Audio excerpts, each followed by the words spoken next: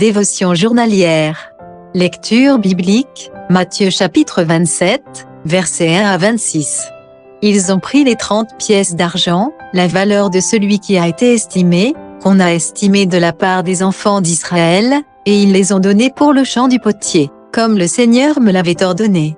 Matthieu chapitre 27, versets 9, 10.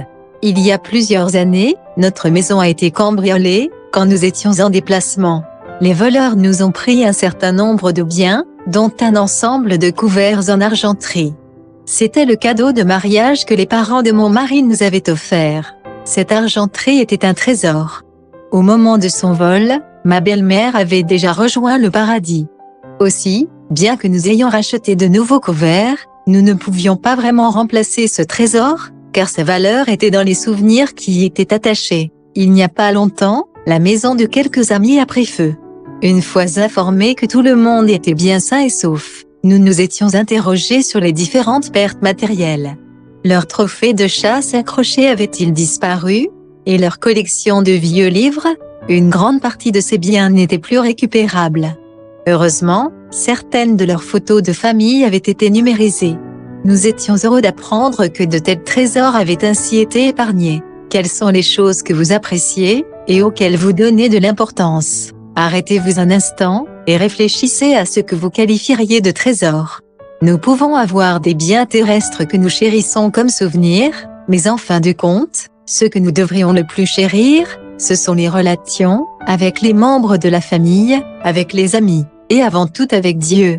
Judas a eu l'opportunité d'être l'un des amis, et disciples de Jésus. Il a voyagé avec Jésus, et a vu ses miracles, entendu ses sermons, et écouté ses paraboles. Cependant, il n'a pas su apprécier Jésus, il l'a trahi pour le prix d'un esclave. Israël dans son ensemble, et les chefs spirituels de la nation en particulier, auraient dû accorder une place de choix à leur Messie, en sorte qu'il n'y aurait eu aucun doute sur l'authenticité de ses affirmations, lorsqu'il se fit connaître à eux.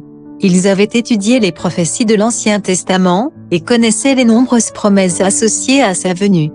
Néanmoins, malgré toute la sagesse de Jésus, et les miracles qu'il fit au cours de son ministère, et ce, prouvant qu'il accomplissait les prophéties, ils n'ont pas su l'apprécier. Au contraire, ils complotèrent en vue de le faire mourir, et exigèrent qu'il soit crucifié. Bien que nous ne soyons pas en mesure de renier physiquement Jésus, comme le firent Judas et les chefs juifs, nous devons faire attention à ne pas le trahir, dans notre marche quotidienne. Donnons-nous plus d'importance à des choses autres, que son amour, et son approbation?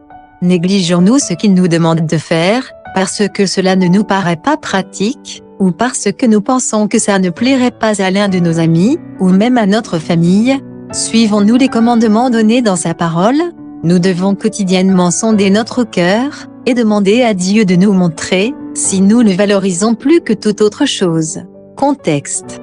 Afin que l'arrestation, et le jugement de fin de soirée ne soient pas considérés illégaux, le Sanhédrin s'est réuni à nouveau, dans la matinée pour rendre officiel, le verdict selon lequel Jésus est coupable. Le Sanhédrin, le plus haut conseil juif du 1er siècle, comptait 71 membres, et était supervisé par le souverain sacrificateur. Les Sadducéens, et les pharisiens étaient membres de ce conseil.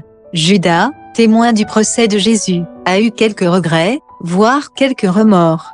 Au verset 3, le mot grec traduit par se repentit, indique le regret d'avoir été attrapé, mais pas une pieuse tristesse. Judas prit les 30 pièces d'argent qu'il avait reçues pour avoir trahi Jésus, les jeta dans le temple, et se retira. Contrairement à Pierre, qui pleura amèrement et se repentit, le regret de Judas n'apporta aucun pardon, puis ce dernier alla se pendre. Les chefs juifs, coupables de violer certaines parties de la loi, étaient extrêmement attentifs au respect d'autres parties, comme le fait de ne pas utiliser l'argent du sang aux fins du temple. Avec cet argent, ils ont acheté un champ de potier, dans lequel ils enterraient des étrangers. Ce faisant, ils ont accompli les prophéties de Jérémie et de Zacharie. Ponce Pilate était le 6e gouverneur romain en service en Judée. Il était généralement détesté des Juifs, pour avoir délibérément violé leur loi.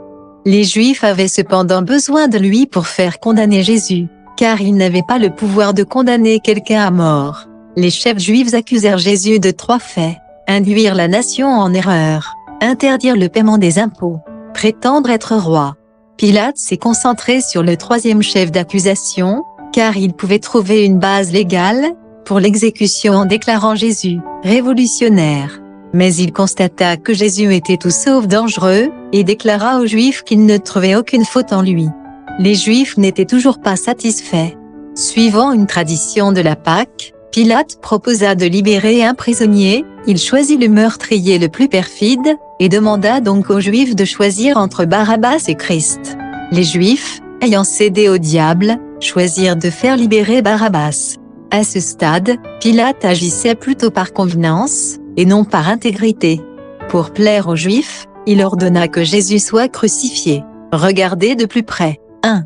Quand Jésus a été amené devant Ponce Pilate, qu'est-ce que le gouverneur lui demanda-t-il? 2. Pourquoi Jésus ne s'est pas défendu, à votre avis? 3. Que devons-nous faire si nous constatons que nous valorisons plus quelque chose d'autre que notre Seigneur? Conclusion. Si vous êtes submergé par le péché, il existe un moyen de vous en sortir. Demandez de l'aide à Jésus, il peut intercéder pour vous. Si vous avez déjà reçu le salut qu'il offre, rendez grâce. Il a payé votre dette. Bonne journée à vous. Matthieu, chapitre 27. Dès que le matin fut venu, tous les principaux sacrificateurs et les anciens du peuple tinrent conseil contre Jésus pour le faire mourir. Après l'avoir lié, ils l'emmenèrent et le livrèrent à Ponce Pilate, le gouverneur. Alors Judas, qui l'avait livré, voyant qu'il était condamné, se repentit et rapporta les 30 pièces d'argent aux principaux sacrificateurs et aux anciens, en disant « J'ai péché en livrant le sang innocent. » Ils répondirent « Que nous importe? Cela te regarde. » Judas jeta les pièces d'argent dans le temple, se retira et alla se pendre. Les principaux sacrificateurs les ramassèrent et dirent « Il n'est pas permis de les mettre dans le trésor sacré, puisque c'est le prix du sang. » Et, après en avoir délibéré, ils achetèrent avec cet argent le champ du potier pour la sépulture des étrangers. C'est pourquoi ce champ a été appelé champ du sang jusqu'à ce jour. Alors s'accomplit ce qui avait été annoncé par Jérémie le prophète. Ils ont pris les 30 pièces d'argent, la valeur de celui qui a été estimé, qu'on a estimé de la part des enfants d'Israël, et ils les ont donnés pour le champ du potier, comme le Seigneur me l'avait ordonné. Jésus comparut devant le gouverneur. Le gouverneur l'interrogea en ces termes: « Es-tu le roi des Juifs ?» Jésus lui répondit: « Tu le dis. » Mais il ne répondit rien aux accusations des principaux sacrificateurs et des anciens. Alors Pilate dit: « N'entends-tu pas de combien de choses il t'accuse ?» Et Jésus ne lui donna aucune réponse, sur aucune parole, ce qui étonna beaucoup le gouverneur. À chaque fête, le gouverneur avait coutume de relâcher un prisonnier, celui que demandait la foule. Il avait alors un prisonnier fameux nommé Barabbas. Comme ils étaient assemblés, Pilate leur dit: « Lequel voulez-vous que je vous relâche, Barabbas ou Jésus, qu'on appelle Christ ?» Car ils savaient que c'était par envie qu'ils avaient livré Jésus.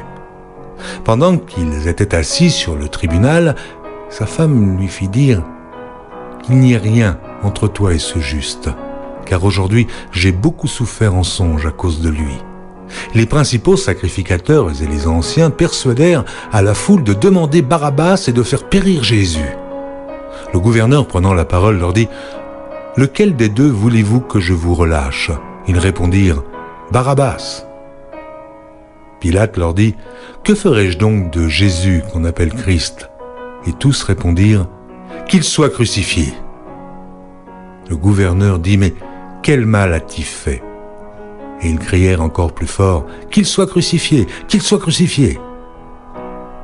Pilate, voyant qu'il ne gagnait rien, mais que le tumulte augmentait, prit de l'eau, se lava les mains en présence de la foule et dit: « Je suis innocent du sang de ce juste. Cela vous regarde. » Et tout le peuple répondit: « Que son sang retombe sur nous et sur nos enfants. » Alors Pilate leur relâcha Barabbas et, après avoir fait battre de verges Jésus, il le livra pour être crucifié.